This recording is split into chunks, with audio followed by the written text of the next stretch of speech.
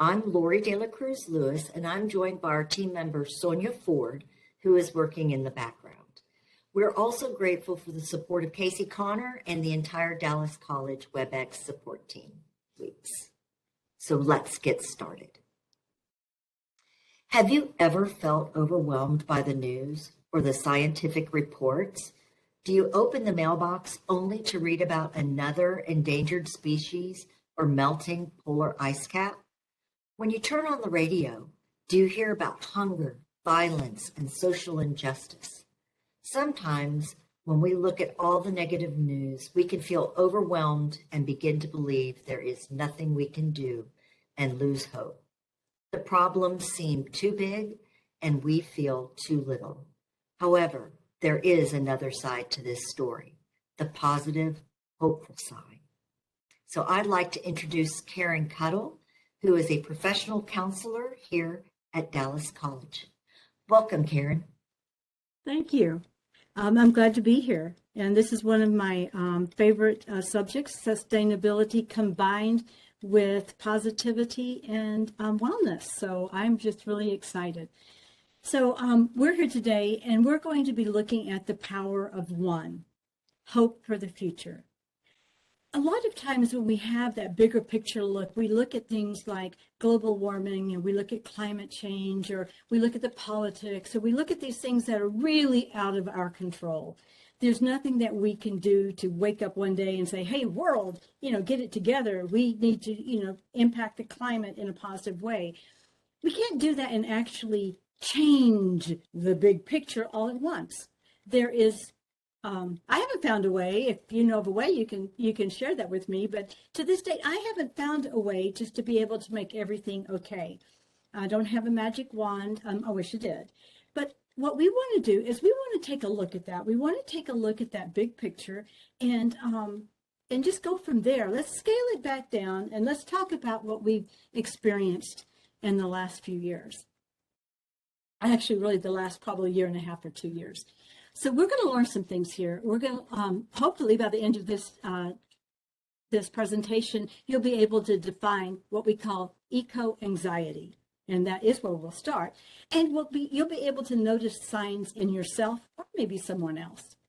You'll be able to identify two positive impacts that the COVID-19 pandemic. Now, we know that was a really negative thing, but I really believe that if we look at really bad situations or really negative events, if we look hard enough, close enough, and maybe long enough with some patience, we're going to see some golden things, some gold pop out of it. We'll go back to this in a moment. And hopefully you'll be able to identify 3 action steps that you as an individual can take to impact the climate, starting now, starting today. And those will be changes that you'll make on a personal level with the power of one.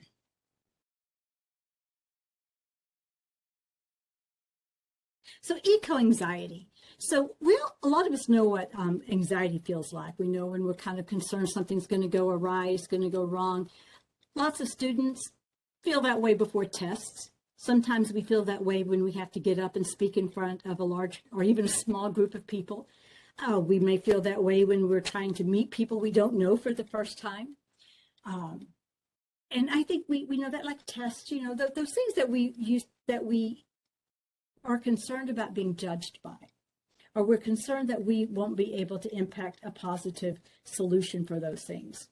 But it has been defined recently, and I got this off the Green Hub, and they defined it, and I thought it was wonderful. And their definition is worry, depression, or anxiety triggered by the awareness of social and environmental woes we face. Even those of us not yet living directly in the path of climate change are suffering from watching the impacts of climate change unfold and worrying about the future of our planet. I am an optimist by nature, but I definitely suffer from this and often struggle to balance my optimism and pessimism and feeling like we're not actually doing enough to save the planet. It's tempting to want to ignore all of the bad news in an effort to stay sane, but that's not the answer. So what should we do? If you're experiencing that eco-anxiety and you're a student here at Dallas College, I want to encourage you to reach out to one of the counselors on a campus that's nearest you, or reach out to a counselor virtually. And you can find the directions to do that on the Dallas College website, on the counselor's website. There are lots of ways to make an appointment with us virtually and in person. But if you're having any types of anxiety or depression, or actually we do all of it, but we will work with the eco-anxiety as well. So when we start here, I want to look back. I just want to look back on the last, couple of years. And we have gone through a lot. Some of us have graduated high school, and then things kind of went upside down. A lot of students right now in Dallas College and other colleges, they actually graduated during COVID. And that was really upside down for them, 12, 13 years of anticipation. And it wasn't anything like they thought it would be, or maybe you thought it would be. And that's impactful. Just waking up one day and hearing that the whole world has been impacted by a virus and it's not looking so good, and to see all those stats come out, and you have to worry whether we're going to make someone sick or whether we get a vaccination. We have all of that going on. And we're going to start a little bit with COVID-19, but I also want to add, COVID sat on anything else that was going on in your life at the time. So if you weren't having a perfectly smooth life, well, that probably didn't change because of COVID. It actually might have gotten a little worse because of COVID, but there were other things that also came along that thing, social unrest. Now, that should have been going on for a while, but we really saw it coming right in front of us this last year. Political polarization, that's the best way I know to say it. And it doesn't really matter what side you're on. Maybe you're not on the two sides either way. And it really, at this point, doesn't matter because it was disruptive for all of us. We didn't want to go through it. And even today or yesterday, we look at the news and we see things that are out of our control that make a lot of us feel really uncomfortable and sad and have emotions. So when we look back, a lot of things have happened in the last few years to bring us to where we are today. But there is actually a truth, okay? The world was impacted. And the very interesting thing about that is the world responded. And we responded as a global entity. Now, everybody did their little thing. Each country did their thing. Each group of scientists did their thing. But the truth is that we came together. Basically, every human in this world has been impacted by COVID-19 in some way. Some of them more negative, some of them got sick. There's just lots of ways, but we've all been impacted. That makes us, for the first time that I can ever remember, and maybe one of the few times in history, that the entire globe has pulled together to solve a huge problem. And we did it pretty well.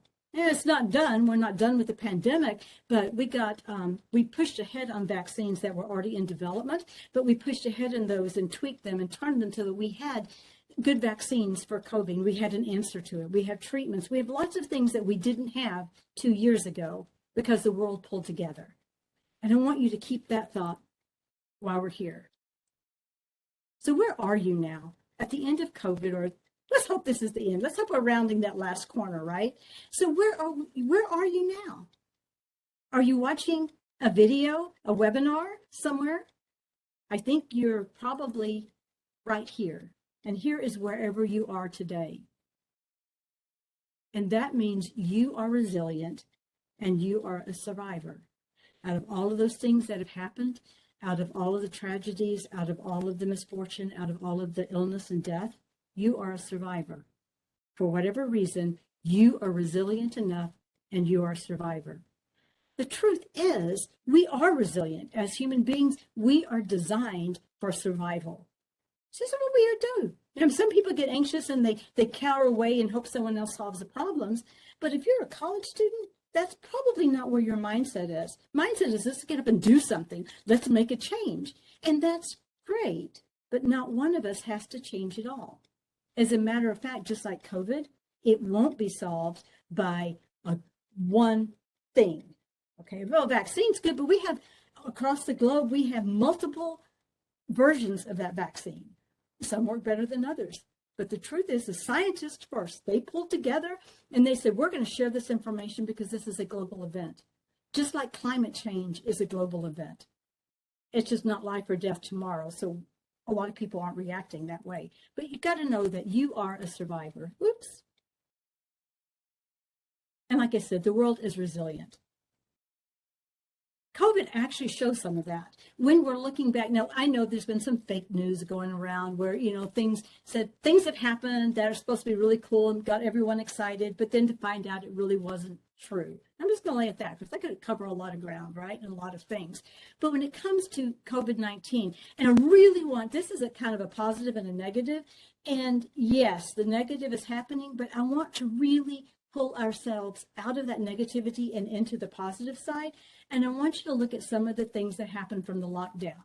So lockdown, travel restrictions, and the slowing down of economic activities, right? So that was impactful and impressive. But what did that do? First of all, we reduced fossil fuel consumption. We learned we could do it, right? That's important. People actually began to do it and we survived it. It's okay. We're still here. That reduces the GHGs emission, right? One thing led to another. It was started by something very negative, a global event. The next thing, we reduced resource consumption and waste disposal. It just happened almost naturally from that, right? And what did that? Reduced pollution and improved water quality, all stemming from a very negative event. The last two things are we reduced transportation. We also we didn't go anywhere. The streets were vacant. Kind of nice. I kind of miss that in the morning traffic or the afternoon traffic. But the streets were vacant. We quit traveling. Industrial activity stopped. Everything came to a halt in most places. Almost 100% of things came to a halt. And with that, we reduced noise pollution and we improved our air quality, directly associated with something very negative. And the last one is that we reduced pressure in tourist destinations. We all like to go on vacation and people like to make money for people coming there, but tourists have a really negative impact on places they visit. And that's really a shame. Tourists shouldn't do that, but they do, right? But with that pandemic going on, we reduced pollution and we had ecological restoration of some of those places. Guys, that is really amazing. We are resilient, and so is our world. And the next few things, I just kind of want to go over this. These are some data. Most of them are at least a year old, so they may have shifted a little bit since then, but it takes about a year to 2 years for good data to be, to clean and got ready to, to get out. And so I just wanted to show this because if you look, it started the 10th of March in 2020, right? 2021, yeah, into 2020. So right at the beginning of March. So the very beginning of the March, you can see where our consumption was, really high by country, right? And different colors, whatever. What I really want to show you this is that on the 24th of March, that's basically when the world shut down. Unless you're China, shut down a little bit earlier. But the world basically started shutting down at the 24th of March. Look how that impacted us. As far as air pollution and electricity generated, look what we can do. And we have proof we can do it. We have proof that it works. That's amazing. Driving and aviation are contributors to emissions from transport, including 72 and 11% of the transport sector's greenhouse gas emissions, respectively. Less consumption, less GHGs. It's just automatic. We know we can do this. We now have proof. If the globe does these things, if we all get together, it's going to work. We didn't have that proof before. We had theories, we had ideas, but we didn't have the proof. Nitrogen dioxide levels in China before and during lockdown and in the USA. So we're going to look at China. Amazing. Look at that. All of that red and brown and the yellowish color. That is where we have nitrogen dioxide levels were really high. The darker, the higher they are, right? Look at this. If you're looking at the screen, your left was really bad before China locked down. Look what happened after they locked down. This is amazing, people. This shows that we can do this. Look at what happened in the United States. And this is us, right? This is the United States, right? It got not as good as China did, but then, we're a little more stubborn over here and people are a little bit slower to react. But still, it was a massive improvement. And this information came from NASA, actually. Water pollution, more pictures. These are pictures in Venice. Now, we heard about some really wild things happening in Venice, and some of them were true, some of them weren't true. But I'm going to say, if you look at the darker areas have more water pollution, and they're more dense with pollution, and they're less clear visibly, right? On the top one was April 2020. right? And so that looks, the darker areas are the clear areas. Got that backwards. I'm so sorry to teach you something wrong. But the darker areas where you can see deeper into the water. And so in April the 13th, just a few weeks after lockdown, look what it looked like. We could see deeper into the water all through Venice, through these Venetian canals. Before that, a year before that, you couldn't see anything. All that milky white is where you couldn't see the depth. That's amazing. Just that fast, right? It's amazing how fast we can actually impact things. Reduction of noise pollution. That was one of the first things that I noticed I liked. It was also one of the first things that I missed when everything kind of started picking up again. I like going outside and hearing birds. Noise pollution impacts us both emotionally and physically in ways that we're not even aware of. Humans, usually noise negatively affects on physical health along with cardiovascular disorders, hypertension, which is high blood pressure, and sleep shortness of humans. It is also reported that globally around 360 million people are prone to hearing loss due to noise pollution. Yeah, those things you put on your ears or inside your ears, the ears weren't meant to do that. And so any that is really directing sound waves directly to your ears. It's not so good for our ears, no matter what they may tell you.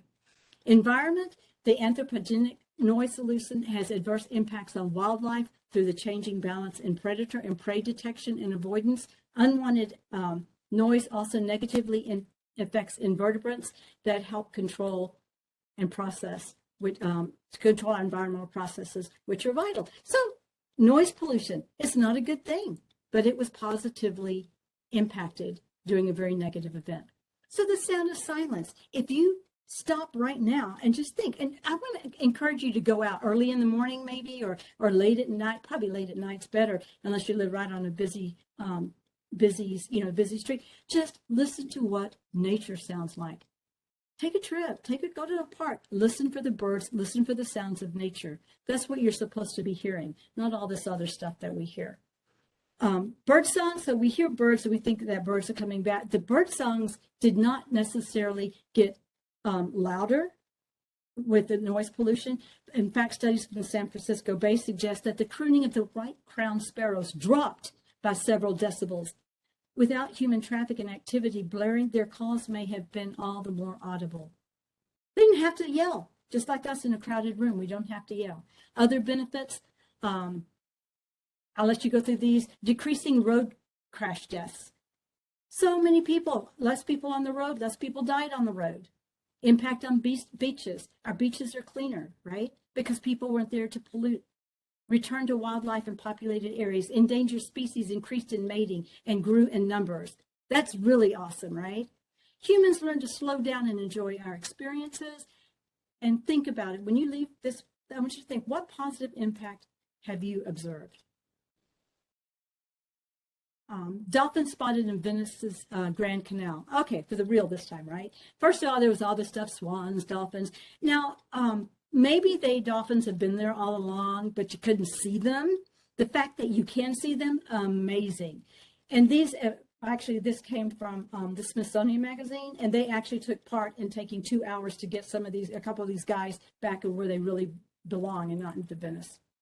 But I want you to stop and I want you to think about this picture that you're seeing now. This picture is I don't know what beach it is, but it was a cool one. I like the white sands. I like the trees. I like the idea of calmness that you see on a beach. You don't think of a negative. Aha, look at that. And there's one of my little timers going off to make sure that I'm on space. And I am. That's remarkable within itself. So this beach, it is, we see it in its totality. We see it as a beach with trees and sky and clouds and water and waves and ocean. We see it as its entirety. But really, what is it made up of? It's made up, and it would not be a beach if it wasn't for tiny, tiny grains of sand, right? It's not one layer, maybe a layer of sand, but it's not one piece of sand. It's tiny, tiny, ittle bitty particles of sand that together make up the beaches of the world, makes up this beach. And whoever knows how many of those particles are there. So when you begin to think, I want to move from that big picture I want to bring it back down and think about where we are today, because we're survivors, we're resilient. And where can we do? Because we can't, it's hard to impact as one person, get up and wake up and solve the world's problems, right? And sometimes it's hard to get a whole bunch of people to move in that direction. But that's not really how we have to do it. We have to do it differently because we can't always impact the big picture, and there's so much to look at. It would be kind of like trying to sweep up the sand off that beach. It's really hard to do, right? But let's think about, where are you today? Where are you? What is your next step, right? So just like the grains of sand on the beach, we can collect together, and collectively we can do a lot in a very short period of time to impact climate change and to impact the other things that we want to change in our world. COVID-19 proves it. Right now, I know that our vaccines were they are actually built on decades of research, so they just didn't start from scratch. They've been developing a lot of them for a long time, especially the mRNA ones. But we had the research, but the world pulled together. The scientists pulled together and moved together. They worked together. What can you do as one person, right? If you're that grain of sand, what can you do? What can we do as one individual that will make a difference? I've got, I think, 30 things coming up. The last slide is kind of messed up, but let's go through some of these things. And I want you to think about some of the things you already do, right? Maybe you don't use bottled water. Maybe you don't brush your teeth with the water running in the sink. Maybe you're taking showers instead of baths. Maybe you take a hike for the benefits of nature are plentiful. It's true. We will be in a sad place if we don't have any wonderful nature to go to, because we are designed to be one with nature. We're not designed for concrete and buildings and air pollution, but we are resilient. Maybe you're choosing slower shipping for shopping. That's hard to say, shipping for shopping. That's a choice on Amazon, right? And tell Amazon we are tired of using plastic to package with. Amazon is one of the big players right now. And if we all said, hey, Amazon, why don't you recycle those boxes? Why don't you give us a way to recycle those boxes? Drop off points. Pick them up when you drop a package off. I don't know what the answer would be, but maybe Amazon should be picking up those boxes, right? We don't have to use new boxes. We can recycle those boxes, right? Get rid of the plastic packaging. That's huge. We can choose. Sometimes I'm looking at the grocery store, and it's not as easy as they make it sound, but if we can, let's choose to go plastic free. Because if nothing else, like in polyester fabrics in your clothing, they make them a little comfortable, a little softer. Maybe they don't stain as much. But the truth is those fibers break down and they're polluting our water. They're polluting our ocean. Maybe we can make those choices when we can. We don't have to go all or nothing. We just have to do what we can do that's right in front of us. If we all do what's right in front of us, we will shift the world. I promise. Stop buying packaged snacks. Make your own. It's cheaper anyway, right? Maybe we can use a laptop instead of a desktop. Buy seasonal fruit. Speak up. Vote. These are things that we have to do individually. And if we all spoke our voice, if we all stepped up in the teeny tiny ways that we can, right? If we just do what we can, it will be enough. It will be enough. Because when you set the pattern, other people will go with you on it. So a while back, I was part of a community development program in Tanzania, which actually it was in the Mara region, and we were in an area there that is very impoverished. Tanzania is one of the most impoverished nations in the world, and we were there helping people figure out how to solve some of their problems the way they want to solve their problems, not the way we think they should solve their problems, but the way that was acceptable to them inside their culture, which is really important, I think. We didn't go over there and try to push ourselves. We went over there and tried to help people do something else. Well, we wanted to, be friendly to the kids, so we brought candy. That's really great, right? Sugary candy for people that have really great teeth. We just think about it. Didn't think real good in the long picture, but we brought candy to make, little kids happy because they don't have candy over there very much. And so we passed out the candy, mostly in suckers. I was astonished. Here I'm sitting in one of the most beautiful areas of the world. Tanzania is gorgeous. That's where the Serengeti is. That's where some amazing wildlife still exists, right? I'm sitting there and I'm watching these kids tossed their paper all over the ground. They didn't care. They didn't care if it was a bottle. They didn't care if it was a piece of paper. They didn't care. They just dropped it. And I was astonished. How could people do this? Well, I'm known to be kind of the eco nut, right? Maybe I have eco anxiety or whatever, but I take action where I can. I started picking up the paper. The group I was with, they laughed at me. They made fun of me. I said, why are you doing that? They don't care. Why should you care? That's the problem, right? If they don't know to care, we should care, right? If they're not doing their part, we should care about that. And I think everyone watching this does. Do what we can. By the time I left a week later, every one of those kids was picking up their trash. I didn't tell them to do it. Nobody told them to do it. They saw that I was doing it. They started doing it naturally. When we went back the next year, the kids were still picking up the trash. Now more adults were picking up trash. They weren't dropping it where they didn't need it anymore. Small things, small quiet things make a difference. There's enough of us and enough more people out there. If we all do what we can do, the little pieces will be the grains of the sand, and we will help change that place. Don't have to do everything. We just do what we can. And we help others when we can. Buy pre-loved, repaired, don't replace. When I was growing up, I'm kind of old, right? When I was growing up, you took things to the repair shop. You take some things now, but most of the things they say, chunk it, I'll send you another one. Don't do it. Repair it. You'll save a bunch of money, right? And you'll be helping the environment. Buy pre-loved. We've heard of pre-owned cars. Buy pre-loved whatever you can. Make your own food. Make your own cleaning products. Doing research, I learned how to make my own toothpaste. Amazing. My own toothpaste. I never thought it was possible. I now know how to do it. I'll tell you if you want to know someday, I'll point you in the right direction. Learn how to sew. You don't have to throw it away. You can fix it. You can repair it. And we all know about dairy and non-meat. And cows are unbelievably polluting the world, right? Our cattle, our desire for meat, a lot of it in this country. But I did hear somebody got an idea, and they said, well, what if we could potty train cows? Well, they are. They started this year. They started toilet training cows. And they could do it in like a week. They could get a cow to go and poop where they wanted it to, which is amazing because then they can collect it easily and process it well. It's not all over. It's where they want the cow to poop. It's amazing. If cows can learn to do this, you and I can set an example for other people. It's not too late. The time is right now. Just like with the pandemic, the timing is right. Let's do what we can. Shower, not bathe. Save water where you can. Save energy where you can. This is the one I talk about. It's all really crazy. There's all over here, waste less food, shop smarter. I got the idea of an eat me first bin. Sometimes things go bad in my refrigerator. I'm ashamed to say it, but they do. I am now going to have me an eat me first bin. That way people will look and say, oh, well, that's not, we eat this first, right?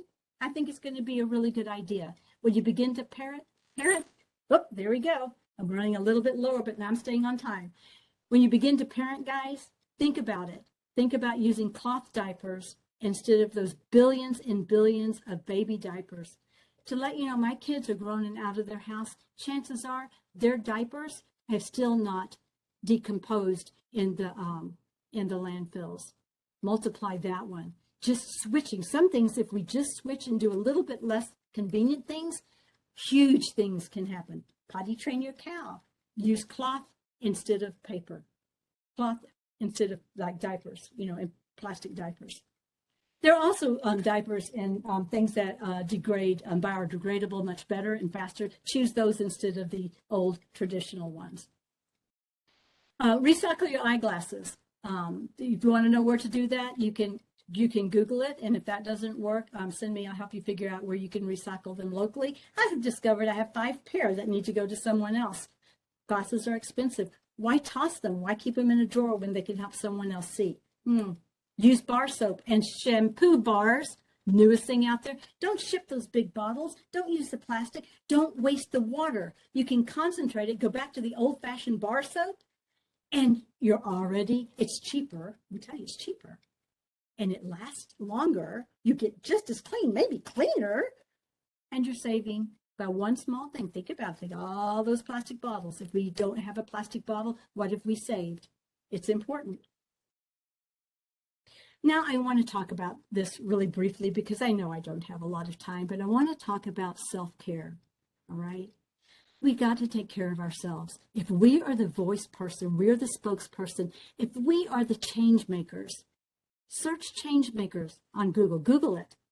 I did. I don't think I have time to really go into that. But some amazing people that you would never have thought have changed the world in ways, or changed their communities, or changed their countries against the odds. 9 and 10-year-old kids, they get an idea and they move with it.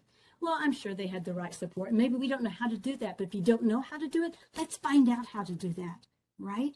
If you're in college, let's find out. This is where we're supposed to looking for solutions. Don't wait for other people to tell us. Let's get out there. Let's do something different. Let's try stuff, right? Let's try to do the things that we can do. Let's do the things that we can do. When it comes to self-care, it's really important, guys. How do you manage stress? How do you, how do you take care of yourself? If there's an old adage, you're on an airplane, you got a little kid sitting beside you, right? And they come and they tell you all the emergency stuff to do, in case the oxygen masks drop down. Well, if you're sitting there and you got a small kid, let's say a 2 or 3-year-old sitting next to you, they're pretty little, right? And suddenly the oxygen masks drop. What are you going to do? Who gets it first? The little defenseless kid or yourself? Most people say the kid, right? Because they're little, they need help, we got to take care of kids. If you put the mask on the kid and then you lose consciousness, there's no one to watch out for that kid. No one, period, to take care of it, whatever. You put the mask on yourself. You take care of yourself, then you'll be able to help other people. We take care of ourselves, we'll be a longer example. We'll be healthier. People will look at us and they'll say, how? You're so healthy. And one of the things we'll say, well, we take care of the planet. We take care of our home. We do what we can do. We don't have to do everything. We just do what comes our way that we can do, and we raise a voice about it. So think about it. What if you were a Lamborghini or a Ferrari or whatever your favorite car is? When you buy a new one of those, especially those expensive sports cars, they come with owner manuals, and they tell you oil change, tire change. They tell you, bum, bum, bum, when you have to do it, right? Take care of yourself because you are the sports car. You are the Lamborghini, especially when it comes to climate change and social justice, these things like this. You have to take care of yourself, folks. You take care of yourself. You set the example for other people, and you'll be able to take care of other people when you first take care of yourself. And part of that, guys, is having fun. There's a lot of bad stuff going out there. It's really stressful, but you've got to schedule your time for fun because fun's how we refuel. When we laugh, that's good for us. It gets rid of stress. It's healthy to laugh. Not laugh at people, maybe comedians, but we want to take care of ourselves. Don't you think, when was the last time you did have fun, right? What's the last thing you did for yourself that you didn't have to do, right? Some things we have to do. I eat lunch because I have to, right? And it's healthy. I didn't used to eat lunch. I eat lunch now. But when's the last time you did? When you take care of yourself, you will then have the energy and manage stress and then take action. It's really simple, guys. Take good care of yourself. Just like you want us to take care of the world, each grain of sand, each person, each one of us, we're leaders in this. Even if we're not like a politician or we don't have the world as a stage, we kind of do. We just have our corner of it. We're leaders in everyone that we meet. People see, just like those kids in Tanzania, they see what we do and they may mock us, they may make fun of us, but if we consistently do it and they understand why without feeling judged or ridiculed, if we can do that, help them understand, they will start doing it too. And then we will have the tidal wave that we're looking for. Most important, this is what I'm talking about right now. Start a climate conversation. Solving climate change requires us all to work together. We can't do that without finding common ground with those who may not share our perspectives. We're not all going to think the same, and we're not all going to see value in the same things. We're not all going to be able to totally recycle everything. We're not all going to be able to fill in the blank.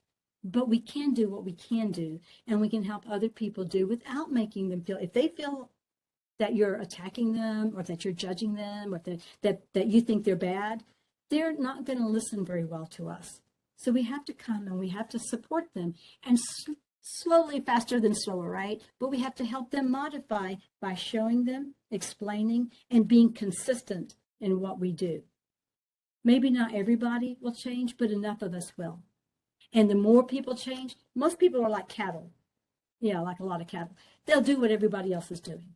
They go, whatever's the best thing to buy, they buy. Whatever the color is at the moment, they color. Whatever the topic of conversation is, that's what they do, right? Most people are cattle. People that go to college tend to be leaders. You're a leader, I'm a leader, we're a leader in our place, in our part of the world. Since people often trust peers, their families, their peer members, all those loved ones, they tend to trust them more than the experts. Think about COVID right now. You're more likely to hear what your aunt thinks about a vaccine as opposed to what the CDC or the World Health Organization or your politicians say. Well, we won't even go there. So think about it. They tend, your friends, you're the ones, you impact your corner of the world. And if they start impacting their corner of the world, it expands like ripples. You toss a stone in the water, the ripples go out. This is a ripple effect. You start where you can on your side of the world, you're going to feel great, guys, because suddenly you're not going to be sitting back thinking there's too much to do. It's hopeless. There's no point in trying. There is a point in trying. There is always a point in trying. Do what you can. It will be enough. And you will model to other people. That's my saying. Do what you can. It will be enough. Learn from the climate. A fun and interactive chat box. It's called Learn from the Climate. That's the name of it. There's a chat box that teaches you how to have conversations about climate change that decrease divisiveness, which we see way too much of that right now in our own culture, in our United States. We're seeing divisiveness. It's plaguing us, and it's not healthy for us, right? We can have different opinions, but we can come together for important things. Anyway, if it decreases divisiveness, it helps cultivate empathy and find common ground. Go learn from the climate. It's a chat box. Go seek it out. Try it out. See if it helps you have that conversation with other people. Start small. Don't expect them to change overnight. Just say, hey, you know what I've learned? And then do it. Whatever it is you're promoting, you better walk your talk. Because if you're not walking your talk, no one's going to give you much credit. You start a movement. And that's exactly what I'm talking about. Yeah, there's movements out there. Women's marches, school strike, for climate, Extinction Rebellion. There's a bunch of them out there. If you can't start a movement on your own, and I say we start them one little corner of the world at a time. You start where you are. But let's say you can't get a bunch of people to follow you. Join someone else's movement. It doesn't matter. Start taking action as big as you can. It will be enough. Don't listen to those people that say it's hopeless. It's never hopeless. We're human beings. We're creative. We're ingenious. Look at us. We created a vaccine in a matter of months. It usually takes decades to create a vaccine. We've come together. Maybe not our country so much, but the rest of the world has. They've come together to fight this thing because they're pulling together. That's all we have to do is work together and have hope. Being a climate activist can be frustrating at times. It really can be, especially when no one else does what you're doing. Just keep doing it. Keep on plugging someone. You'll pick up someone along the way. Progress feels slow, and a new dire report seems to come out every week. But we need to be fueled by hope, not fear, by pragmatism and practicality, to work together and find solutions to these issues. So I'm going to leave you with the empowering words of David Attenborough. It is tempting and understandable to ignore the evidence and carry on as usual, or to be filled with gloom and doom. We need to move beyond guilt or blame and get on with the practical tasks at hand. If you're focusing on all of the negative, that's where you're going to be. That's what you're going to pull towards you. You're going to become negative. So let's switch. It may be hard. There may not be a lot of positive, but whatever we find, let's focus there. Let's put our energies there. What you can do in your world, in your corner, what you do today. When you leave this webinar, you have choices of what to do. Maybe you'll unplug the computer entirely so you're not sucking out vampire energy. I don't know, but it will be enough. Acknowledge what is not okay. It's important. We humans are designed for survival, so it's important to know what's not okay. It's important to know that thing over there, long skinny thing all coiled up with a rattle on its back, making that funny rattling noise. It's important to know it's dangerous, right? But you got to acknowledge what's not right. Acknowledge there's climate change. Acknowledge that it's a problem. Acknowledge that we've got to make changes. Then focus on what we can do. Don't focus on what we can't. Focus on what you can do. Focus on the positive. Your whole life will get better. And this is the quote I'm going to end with, and you can do some questions and answering. our individual actions may not save the world. They really may not. That grain of sand seems to be not very important. But without all of those grains of sand, we don't have a beach. So our individual actions may not be the action that saves the world, but the culture shift, and this is what we're looking for, a culture shift, we're going to create will. We're not just changing the world, we're creating a culture shift. And that's important. We do that one step at a time, one person at a time, one action at a time. That's all we have to do. If everyone does what they can, it will be enough. So I really appreciate that you've attended today. And if there are questions, I'm going to ask our co-host and our monitor to read some of them because I can't see the chat. And let me know if there's any questions, or if you have some, now's the time to ask them. Karen, thank you so much. You really spoke to a lot of issues that I know many of us have gone through. With the whole COVID thing, I caught myself just doom scrolling all the time. All that for a year that we were at home, and we really took that quarantine, that, shelter in place seriously. Yeah. I mean, just checking all the maps, all the numbers, it was horrifying. What can I do to keep from doing that again if we have another spike? Well, again, you have to acknowledge what's not okay. We didn't know when the virus first came. We had no idea. We just knew people were getting it and dying within a few days. And it was spreading like wildfire, right? We knew that. We acknowledged it, but we didn't ignore it. People said, oh, wow, this is bad.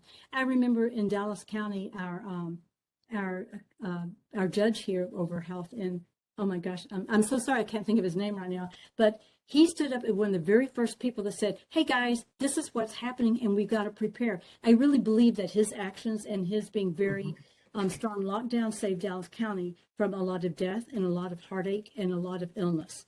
And because he was willing to stand up against other people, people didn't believe it was happening, right? But he was able to stand up, and that's what we have to do, is we have to stand up and do what we know is right.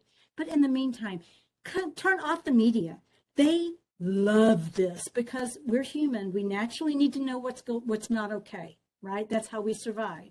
So we tend to over-focus on the media because the media is bringing us the doom and gloom. Because when they bring us the doom and gloom, we feast off of it and we get stuck. We get very quickly addicted to what's not okay because we're designed to recognize it. And it's important to know what's not okay. It's just not important to stay there. We're supposed to notice it and then move to do something to take action against it. Does that help? Yes, it does. But, having a degree in journalism, I'm kind of predisposed to, be a news junkie. And it just really worked to my personal disadvantage. And actually, the person you're speaking of is County Judge Clay Jenkins. Thank you. Yes, I'm a huge admirer. And he's done some other things that are just, I think it has kept Dallas County in general safer than some other areas. And, I'm watching on Apple TV, The Morning Show. And season 2, you're just seeing the COVID pandemic starting to take shape.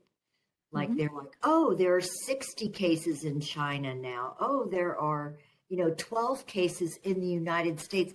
And all I could think was, oh my word, these people have no idea what's coming next. And it was just makes me really, really tense. And I've just got to learn to recognize that there's nothing I can do about it. We can only do what we can do, and that's what we need to do. That's what we're charged with doing what we can do. I think COVID is an amazing example of how the world can come together and solve climate change, because we watched it spread. I actually heard, and I read a scientific journal in December before for most of y'all knew what was going on. And it said there's something weird going on in China, and it might be really important. They've got something over that they don't know what it was.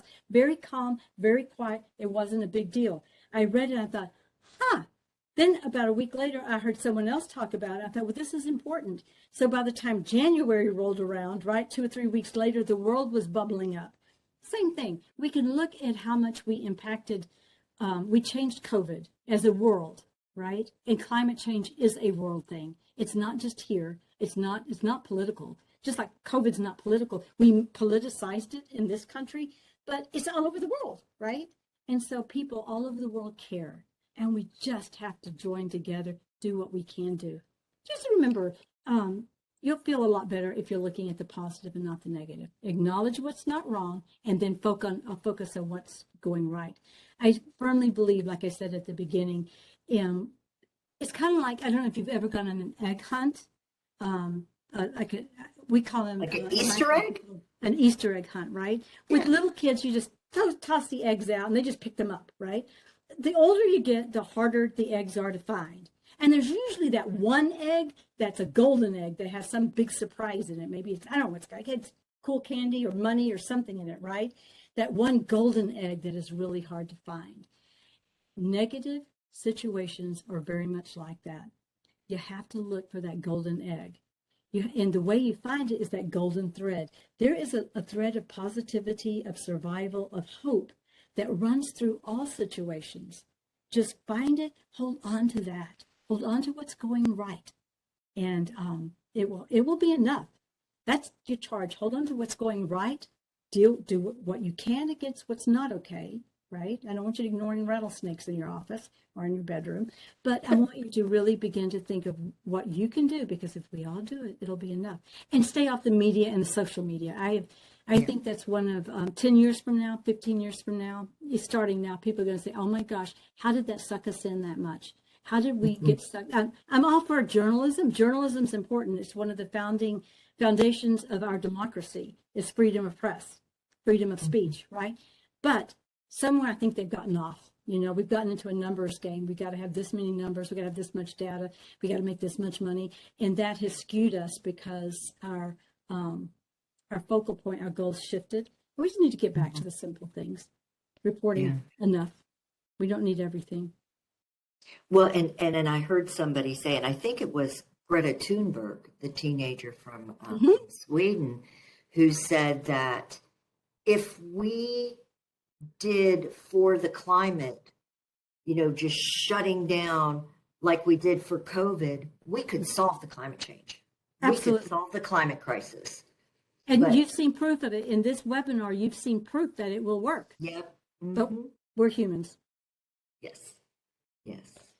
Absolutely. So, Sonia, did you have any questions? Did you see anything in the Q&A? Did you have anything that you saw that you would like to ask? Hold on, let me check this Q&A. There are no questions in the Q&A. No, I didn't see anything in particular that I had any questions about at this time. So what people can do is if they come up with a question later, and most people do when they you know, they sit and they think about something and then up pops a question, right? Then, you know, reach out to one of the organizations, or reach out to me. I'll help you figure out the organization, because sustainability is, I was fortunate enough to be raised by someone who was environmentally sensitive, meaning that my mother cared a lot about the environment way back when. Dinosaurs weren't really roaming the earth, but it feels that way sometimes. But I was very fortunate that of all the things my mom did for me, and maybe some things that she could have done better, but that was one of the things that she gave me, that and an eye for social justice. So that's where we're at now. And we can move the ball forward. We can solve this one person at a time. Karen, do you mind if I put your email address in the chat? Absolutely. Please do. I'm not hiding. I'm out there. It might take me a little bit to get back with you.